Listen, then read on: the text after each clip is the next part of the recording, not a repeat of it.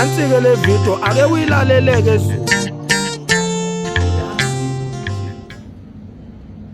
Wadayiselwe ingulube isesakeni. Hawu, kwebo kanjani? Abakutshena ngani ukuthi umntana enkosi wazela kanjani? Cha ngakasho. Cha phela uzalwa ingonyama noma ingwenyama ngokusho kwabo usokuza nodade wabo umntana enkosi uManoni.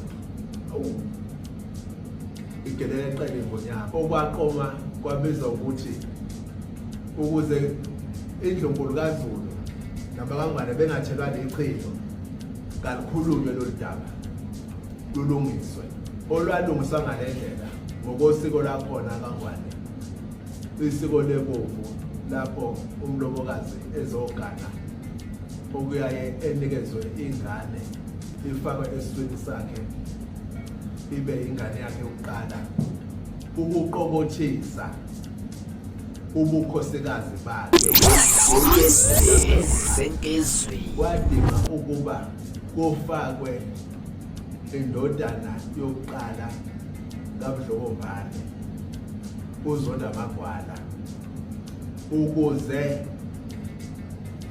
kuphahlekwe noma kuqobothiswe ubundlovukazi kaMntana enkosi. Wayengasesona isitsha esasingazali ingonyama kaZulu.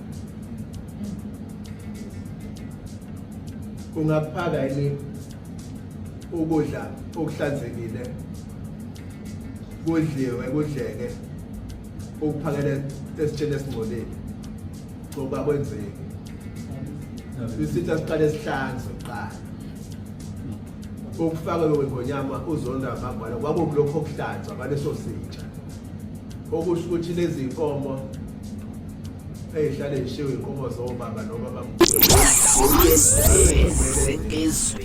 Yeah, after ke Zulu sewuyilalelile le video.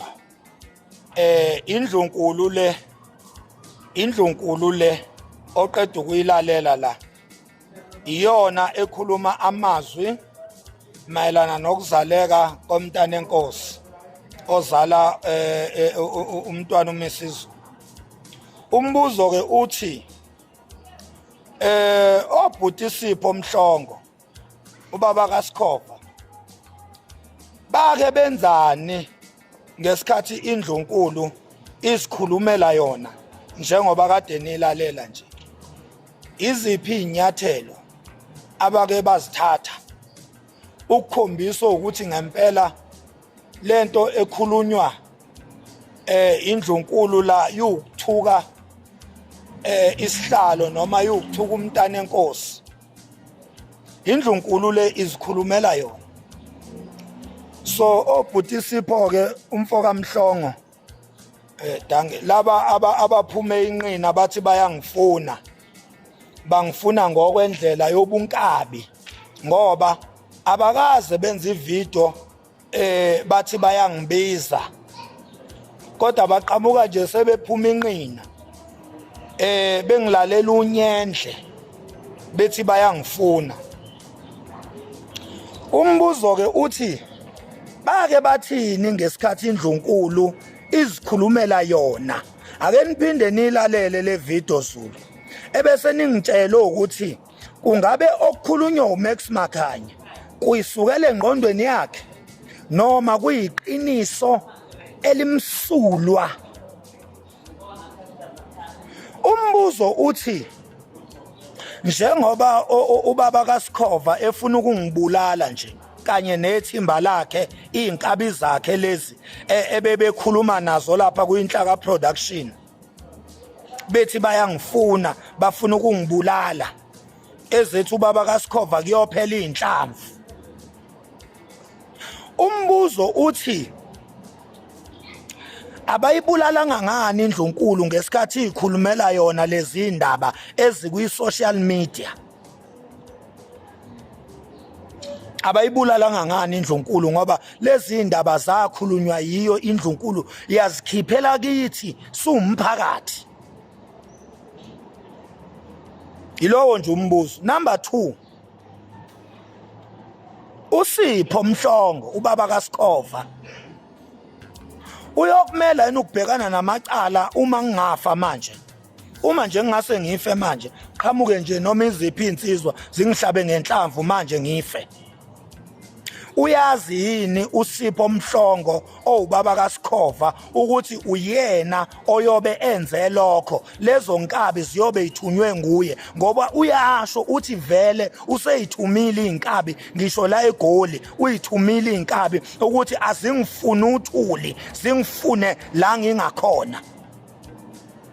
Uyasho uSipho Mhlongo uthi uyikhiphile inkabi. Baqale bayongifuna embumbulu kwelakithi bangangithola. Bayongifuna koMayville. Uthi ke manje inkabi useyithumele eGoli. Uyazini ubaba kaSkhova ukuthi lokho kukodwa kumenza ukuthi abe umsolwa uma ngingase ngife nje anytime from now. Uyena umuntu oyobe ngibulele. Uyakwazi lokho ubaba kaSkhova. WeSkhova uyakwazi ubaba wakho lokho. Ikubonile nawe uyipostile epage lakho le video kababa wakho. Engisabisa, engisongela, engivala umlomo. Ngikubonile uyipostile epage lakho. Ayasazi wezulu. Lezi indaba zakhulunywa indlunkulu. Mawuzifuna type la uthi Prince Nqokonqoko. Le video uzoyithola iphelele lapha ya epage le Prince Nqokonqoko. Usuku uye ku YouTube uyo type the same thing Prince Nqokonqoko videos.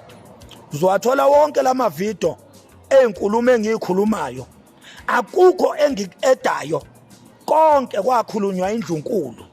Umbuzo uthi othi ngifanele ukufa ngokukhuluma izinto lezi. Kanti waye engayibulalanga indlunkulu mayizikhuluma yona. Noma zirong mayikhulunywa yimi. Ziright mayikhulunywa indlunkulu. Zinhlamba mayikhulunywa yimi. Aziyona inhlamba mayikhulunywa indlunkulu. Uma ngabe kanti inhlamba le ifunani go social media. Ifunani emadlebeni ethu. Into ekuthuka isihlalo ekuthuka isilo. Into ekuthuka uZulu. Yaphuma kanjani endlunkulu yezemadlebeni esizwe? Ifunani kuyi-public domain. Into ekuthuka isizwe. Angibambe lapho kwamanje. Cha, before nje ngiyibambe. Angiphinde ngigcizelele la ukuthi ubaba uSipho Mhlongo kanye nezinkabi zakhe lezi abahlangene nazo ukuthi bathi bayangifuna. Abakwazi lokhu ukuthi abomthetho bakubheke ngezikhali zamantungwa. And ubaba uSipho Mhlongo nethimba lakhe nezinkabi zakhe zonke ibona abazobe bangibulele uma ngike ngafa anytime. Ibona ekuzobe bangibulele. Ubufakazi bugcwele yonke indawo kwinhlaka production bangisongelile izwe libuka.